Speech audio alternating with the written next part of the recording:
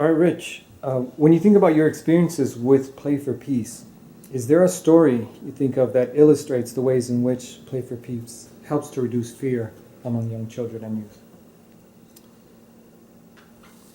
One that comes to mind is one that happened about 9 months ago, I guess it was. Maybe a little 9 or 10 months. It was maybe last May. And we were working in a school which we have a presence in. And two of the students in this high school ended up getting in a fight, and one of them died from the gunfire that was involved. And so that was a big tragedy that affected the whole school. And the friends of the student who died had mixed feelings. They were grieving at the same time. They wanted to get revenge, and they were fearful.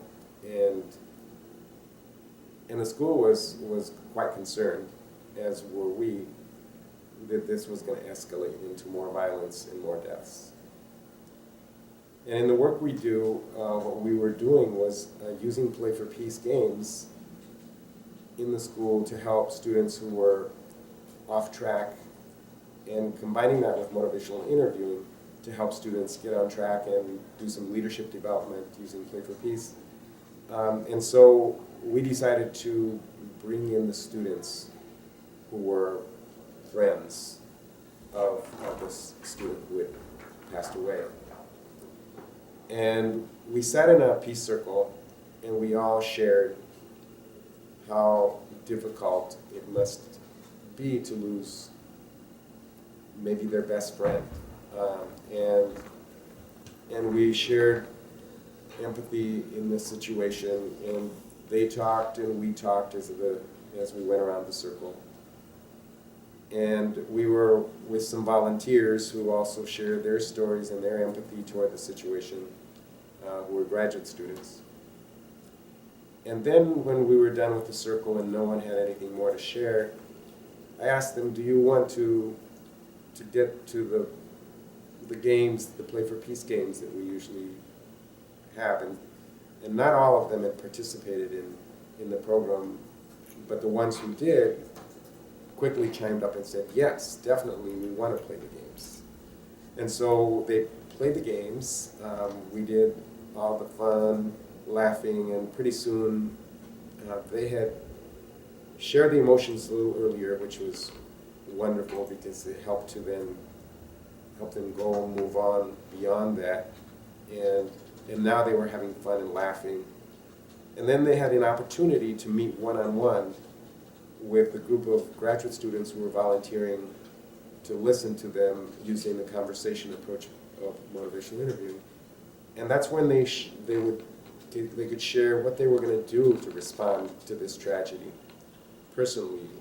And the games helped them open their thoughts in a healthy way. The research on neuroscience tells us that if you can name it, you can tame it. So if you name your emotions, then you're bringing up that emotion up to your conscious prefrontal cortex, where you're actually making wiser decisions than just acting out and getting your emotions hijacking your brain and making foolish mistakes. So the process that we led them through on that day and for 2 consecutive Fridays, because we were there every Friday, was to help them heal and think positive ways. And I think although this incident of a death of a young student in Inglewood is a common story and doesn't even hit the news, Inglewood and this school is one that faces many traumas. The students there many of them have lost best friends. They live in fear. And what's needed is opportunities for them to actually move beyond fear. And that's what Play for Peace helps to do, so that they can think in a more positive way, so that they can think about their future and move ahead. And so they can bring each other together, so they can go beyond what the systemic violence that actually contributes to the street violence, the racism that exists, and the lack of community, of services from the city that contribute to the joblessness and the problems of housing and so forth that the city doesn't deal with in an adequate way. So I think what this story tells us is that Play for Peace can make a meaningful contributions to Chicago and to places around the world where children live in fear, and to help overcome that by bringing in games where and laughter and compassion, and using that tool to help change things. Cool. Want to ask another question, Rich? What do you think was the outcome of this group of students after playing these Play for Peace games? Okay. The outcome that happened was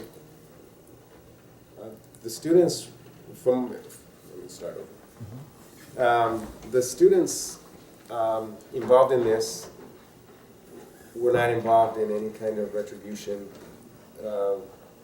that I'm aware of. There was no revenge that took place as a result of this.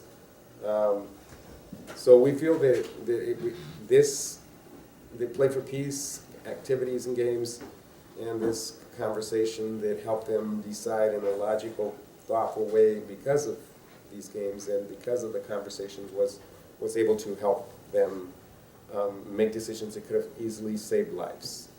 And so peace happens one by one with people who can go beyond the fear that they have and get into more logical thought process. Mm.